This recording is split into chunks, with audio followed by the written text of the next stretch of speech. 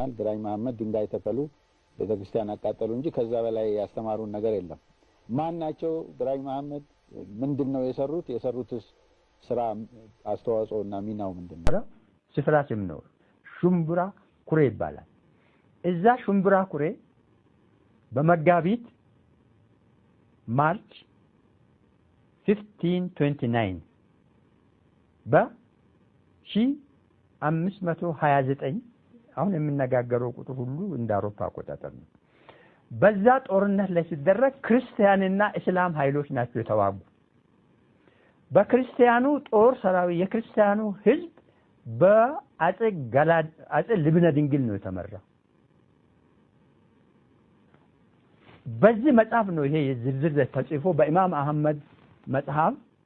አረብ ፋቂ የተባለው ጻፊ እንዳስቀመጠው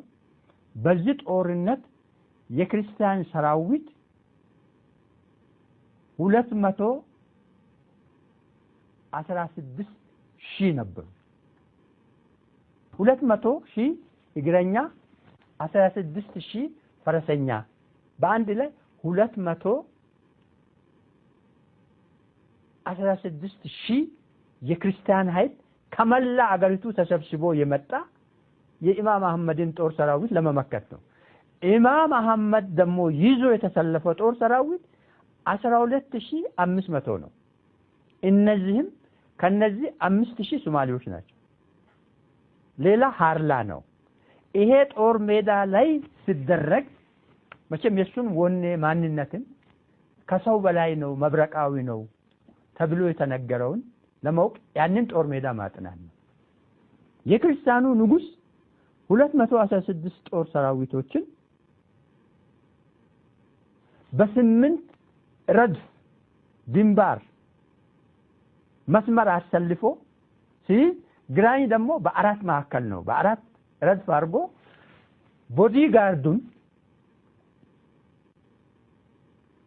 ቦዲጋርዱን ማለት የሱን ክብር ዘበኞቹን ማላሳይ ጦር ይዞ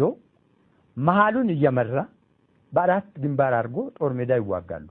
በጦርነቱ እስላም ኢትዮጵያውያንና ክርስቲያን ኢትዮጵያውያን ሲዋጉ በጋራ 228 ኢማም አህመድ ሰራዊት የነበረው 12,500 ነው ሁለቱም በዘመናዊ መሳሪያ ነው የታጠቁት በዛ ጦር ሜዳ ጠበንጃ አልነበረም መድፍ አልነበረም ጎራዴ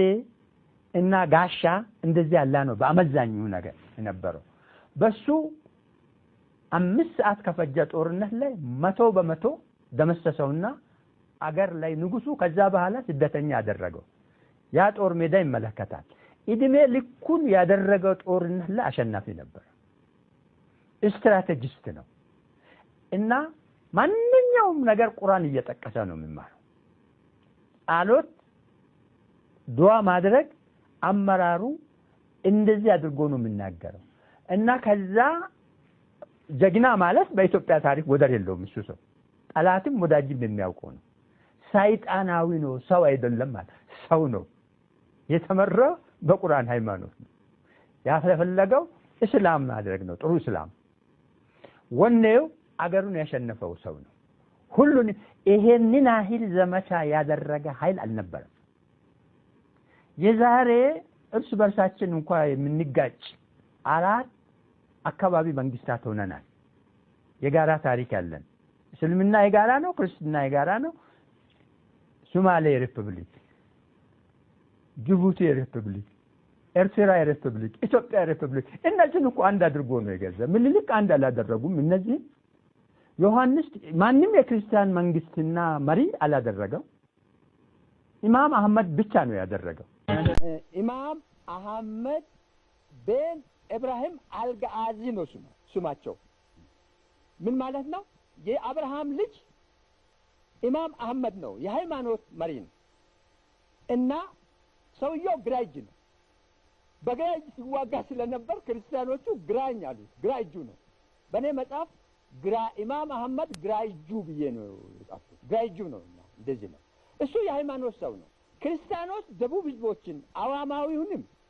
ክርስቲያኑንም እስላሙንም ለ300 ዓመት አስገብሯል ብየዋለሁ እስከ ኢማም አህመድ ግራኝ ድረስ ማለት ነው ኢማም አህመድ ግራኝ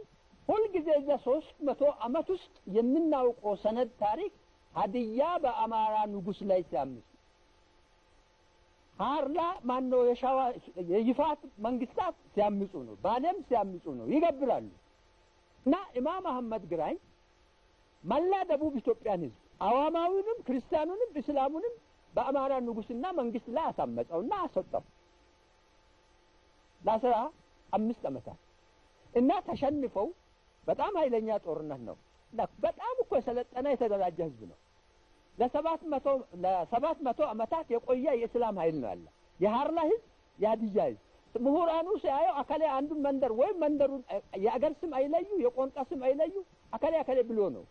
የተጻፈው ነገር ሁሉ አረብ ነው ይባላል የተጻፈው ሁሉ ከውጭ መጣ ነው የሚባለው ህዝቡን ታሪኩ እኮ አይገለጥም እንግዲህ የእርስ በርስ ጦርነት ነው ክርስቲያኖችና እስላሞች ሲዋጉ ነው መጀመሪያ ክርስቲያኖች አሸነፉ መስጊዶቹን አቃጠሉ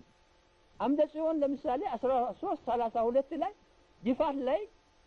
12048 መስጊዶቹን እንዳጠፋ በዜና መዋዕሉ ጽፏል ግራኝ ከ300 ዓመት በኋላ ልክ አምደ ጽዮን እንዳደረገ ክርስቲያኖች ላይ ቃጠሎ ለቀቀ እስላም ሊያደርግ ነው ግራኝ የሚፈልገው ክርስቲያኖችም ደግሞ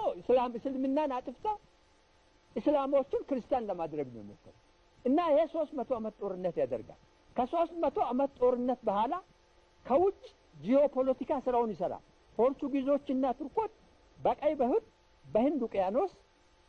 በቀይ ባህርና ህንድ ውቅያኖስ ላይ ግጭት ይፈጥራሉ ያ ግጭት ኢትዮጵያውያን እስላሞችና ክርስቲያኖች 300 ዓመት እርስ በርስ እየተዋጉ እየገበሩም እያመጹም ሲኖሩ በመጨረሻ የነዛ ኃይል ሲጨምር የመሳሪያ ለውጥ ይመጣል የውጭ ተጽዕኖ ይመጣል የውጭ ኃይሎች ደግሞ አረቦች ማዶ ኢትዮጵያውያን አበሻ የሚባሉ እስላምም ክርስቲያንም አዋማውም እዚህ ውስጥ ይኖራል በሰላም ነው የሚኖሩ ንግድ ግንኙነት አላቸው ፖርቱጊዞችና ቱርኮች እንደ ባህላ እንደ ኢምፔሪያሊስቶች ሲመጡ በጣም ቀውስ ፈጠሩ በዛ ቀውስ ውስጥ ክርስቲያኖቹ በእስላሞች ይሸነፋሉ እስላሞቹና ክርስቲያኖች 300 ዓመት ተዋግተው ሶስቱም ሲሸነፉ በኢትዮጵያ አንድ እንግዲህ እስልምና አንድ ምንጭ ነው የኢትዮጵያ ታሪክ ክርስትና አንድ ምንጭ ነው ያ ጦርነት ሁሉ የኢትዮጵያ ታሪክ መለያ ነው ቅርስ ነው ጦርነት አይፈለግም እዛ ጦርነት ሆኗል ጦርነት ጠላትነት አይደለም ለመብት ነው አንድ ነገር መጽሐፉ ላይ የሚያነሱት ጦርነት ተካሂዷል ነገር ግን የሂደቱ ነው የስልጣኔያችን ሂደት ነው